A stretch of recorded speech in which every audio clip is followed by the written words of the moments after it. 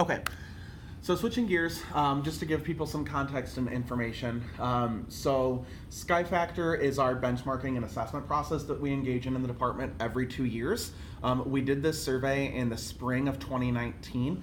Historically, we have done this in the fall, so we would have done it in fall of 18, but we pushed it to the spring instead. And so that does kind of change some of the data that we collected. So we want to definitely put that out there.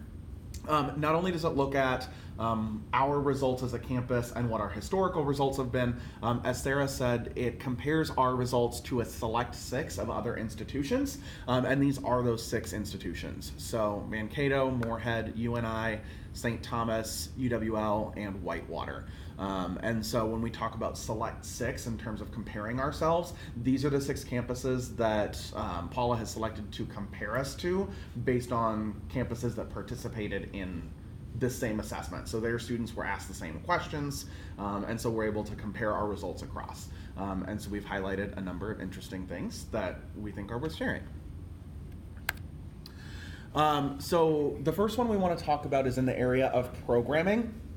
As you can see here, so the way these bars are broken down, students are asked these questions. They answer on a scale of 1 to 7. Anyone who answered a 6 or a 7 would be in that green category. We're very happy with that. The red would be a 1 or a 2, and then that yellow is a 3, 4, or 5, so they're in that neutral space. So you'll see that in terms of student satisfaction with our social programming and just our general programming, we have 61% overall satisfaction.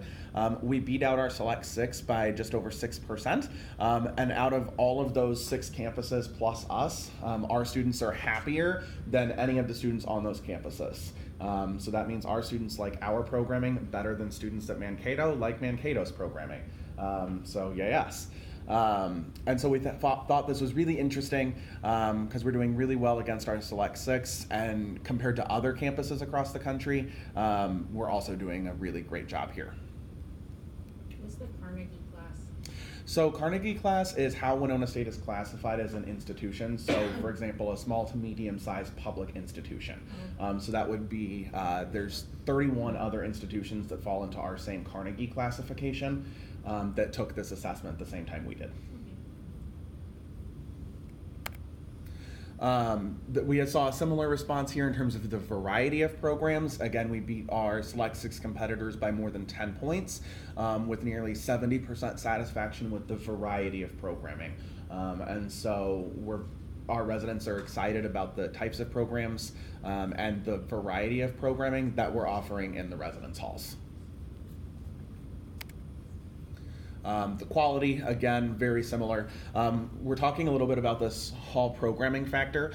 It was the one where we scored the best, and so in terms of how we are engaging students in the residence halls, we are doing better as a department than any of those competitor campuses are at engaging their students in the residence halls.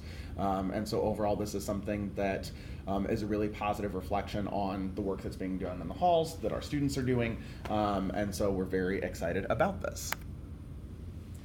So next, just looking at factor 3, which is the hall environment. So the level of noise and community floor noise. So we talked about this at our fall. We talked about this at our fall retreat. So you can see that we are slightly below our select 6, but in general we're ahead in our Carnegie class as well as all other institutions. We brought this up because we talked about quiet hours and what that means. Sometimes we can't be directly in control of how loud other people are, but it's something that we wanted to talk about again. So if they're responding 6 or 7, that means that they're happy with it? Yep. Okay. So presumably not too loud. Mm-hmm. Then community environment, this is another one compared to our select 6 that we didn't do too hot on, but again, it's only by 6%. So what degree do residents who live near you respect you, and the community environment around that? Again, we were 6th out of 7th with our select institutions, but it was only about 6% less. When it comes to our Carnegie class and our all other institutions, we're about par on that. So we looked at the things that we did really well and the things that we need to improve on. And then to what degree do residents who live near you respect you? Again, we were about 12% lower than our Select 6, but again, pretty on par when it comes to Carnegie class and all other institutions within Factor 11. It's interesting because they're happy with the quiet hours, which also coincides presumably with sleep time. Yeah, They're so not as happy. it's something that we can look at and work at, especially when we're thinking about the community environment on the floor with their neighbors, with their community. Looking at the room change process, this is something that we did pretty well at, and so we wanted to highlight that. The ease of the process for room changes, we beat out our Select 6 by more than 10%. So there's a significant jump there in terms of the satisfaction, in terms of how easy it is to change rooms, as well as the quality of the choices. And so a 15% jump. This is something that's really interesting to see, but something that we're also going to keep an eye on. This is coming out of last spring when we assessed this. So this was everyone who didn't leave in the fall semester that was still here for the spring that then answered this question in a year where we also had lots of available spaces and we were able to accommodate a significant number of room changes. We're highlighting this because it's something that we do well compared to other campuses, or at least we did. We're curious to see how this changes, looking at the occupancy changes, the closing of PL, the more packed facilities, to see when we do this next assessment, which would be next spring, spring of 21, to see if these numbers still look the same, or to what degree students feel they're more dissatisfied now that there are fewer options. So I guess we'll see. But we found this relevant. Anyone have thoughts? I think it'd be tied to occupancy. So that would be my question: is how does this? Yeah, I mean, luckily, like, Sal Is it had all the singles that people want, right? Well, and is it because they can basically go wherever they want right now? Yeah. They Yeah. just have to request it, and they almost get anything that they want. Maybe some singles on Main might not happen, but they want to move to a building and a style and with a friend. We can almost accommodate probably 95% of all requests because our occupancy is so low. So that's something that is a positive in this sense, but really is it a positive? Because is it saying that our occupancy is too low? It's something that I think that similar to that, it is going to be skewed a little bit by this fall to spring shift. Because if we asked this question a month and a half ago in November, when we had less space than we do now coming into spring, we may see a different number even between fall to spring numbers. If you look at where we were in September or beginning of October compared to now, it's also significantly different. So definitely something to take with a grain of salt, but worth talking about because we do well. Overall effectiveness, and so these factors kind of tie into the overall impact of our housing program. So to what degree has living in on-campus housing positively contributed to your sense of belonging at Winona State? One of the things we talked about is we are a little bit ahead of our Select 6 at 59% compared to 56%. But overall, that's definitely lower than the data team felt like we would like it to be. 4 and 6 students are either neutral or don't think that living on campus has really helped positively contribute to that sense of belonging. And so just something for us to think about.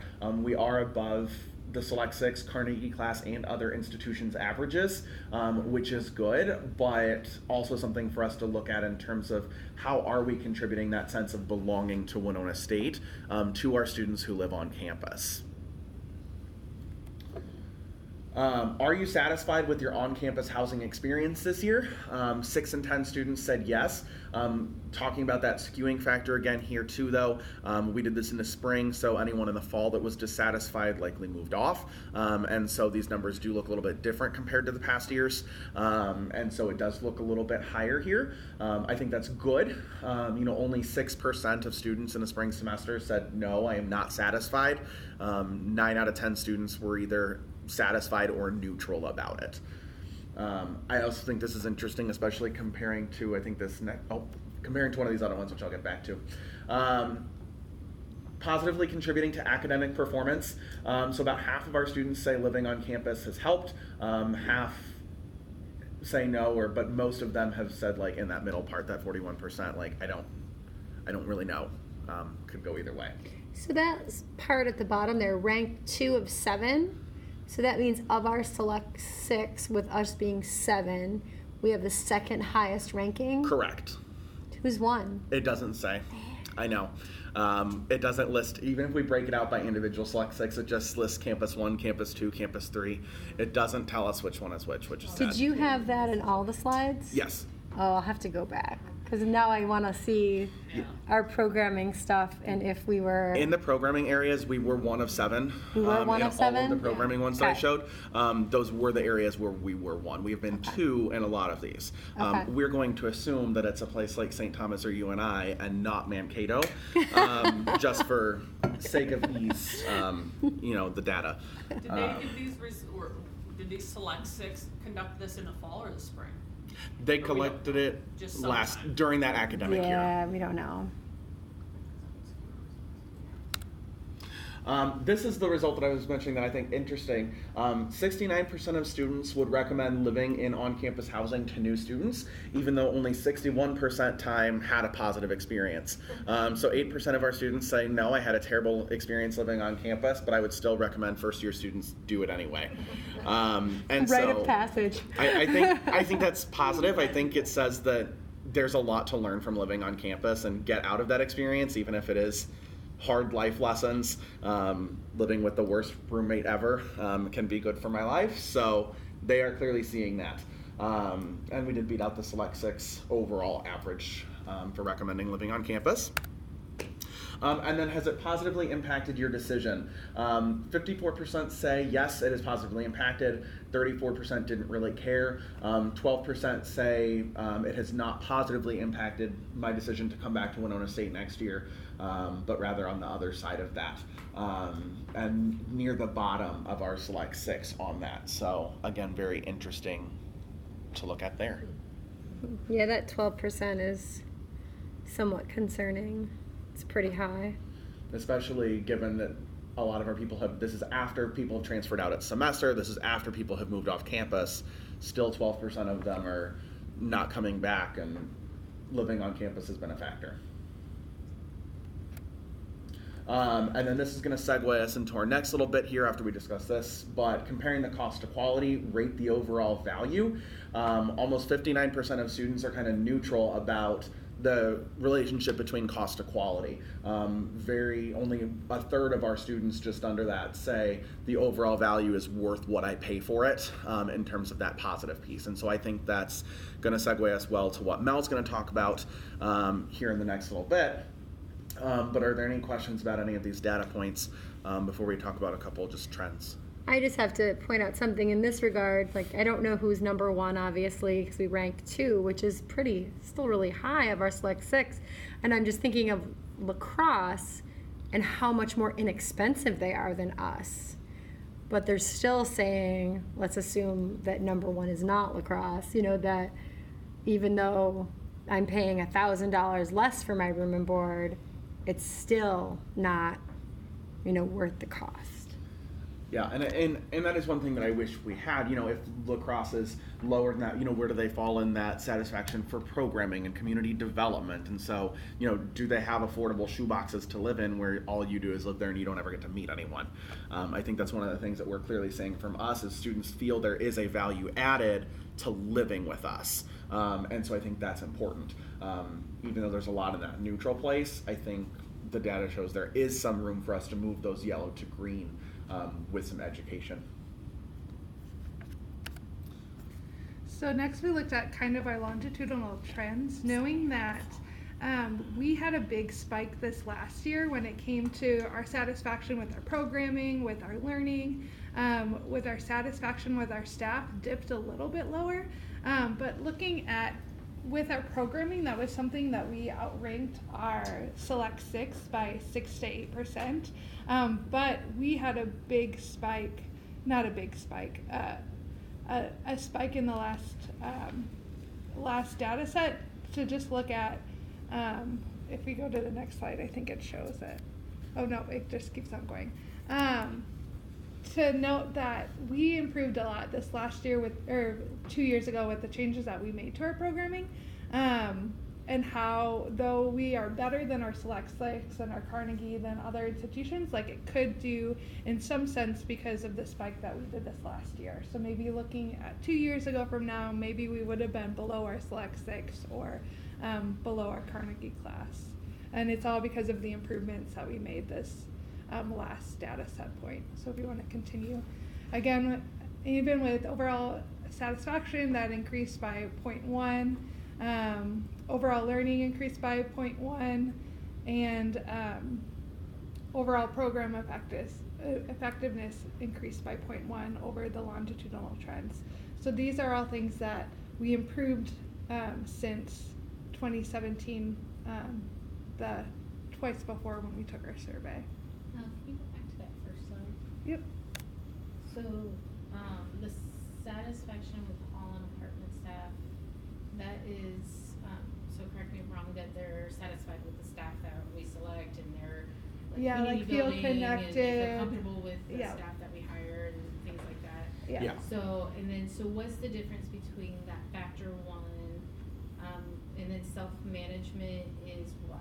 So self-management is how they felt like they learned, like managing time, managing how they Like lifestyle. the resiliency skills. Like and that, things what like they that? learned from on campus.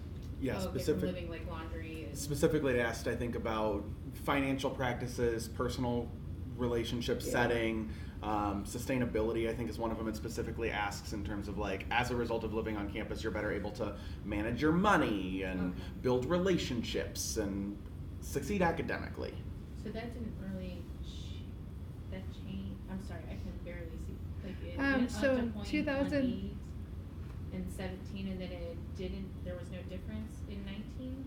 Is that, am I reading that correct? For 15? 17 it was, 0.05. 5.07 and Yeah. then it went up. To 5.25. Okay. So it's up by about 0.18. So not the largest jump, but definitely an increase when we've been decreasing from 2011. Again, we're talking about the difference between 553 and 507, so half a point difference over the last 6 years, but this is the first time we've gone in the opposite direction and begun to improve in that area again. Along with the staff one went down as well. Yeah, Slightly. no, I the mean, staff- barely anything, but, Yeah, yeah, it's not statistically. Correct. But So we just wanted to note, oh, was that the last one? yeah. So yeah, we just wanted to note, going back to our first, we did really well in programming, but noting that it was because the improvements that we made this last survey facilitation.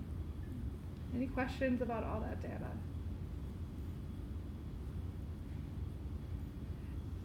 It was also interesting, so with Sky Factor, just looking at it and breaking it down, I think I wasn't here before, but even intentionally collecting the Select Six, like it used to just be very, not random, but with intention and with purpose, we've seen a lot of improvements, and it's something that we can talk about, that like our programming is 1 out of 7 compared to La Crosse, Mankato, Whitewater, St. Thomas.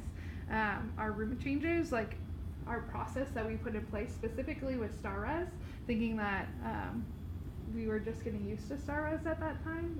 We're getting better, we're improving, and our students have been liking it. So it's interesting to see. Yeah, at the expense of not having to have everyone sit here for an entire day looking at data, we just tried to highlight some of the main findings. So if you want to see more, if you have further questions, any of the data team's happy to let you see whatever you want to see. We have a lot of data, so yay. If you want to crunch it yourself, you can. It's a pretty easy interface. I even learned it, the Sky Factor, and I can send you the link, and you can play around with it, and you can see obviously the longitudinal stuff's really fun to look at, and you can dig into questions that you might be interested in knowing more about. If anyone from the central office wanted to just pull out all of I sent Candace all the central office stuff with room changes, and so every specific question, and if you wanted to dig into that with your team and then your students, so you can kind of tell them, hey, this is how we scored, this is what we're doing. I don't know, you can feel good about what you're doing and then also make improvements. Will the next one be fall or spring? This we will not do again till 21. Spring of 21. Yeah. So it's an every other year. We do it every other year. At least we have been. And it's mostly because of the cost. Costs a lot of money.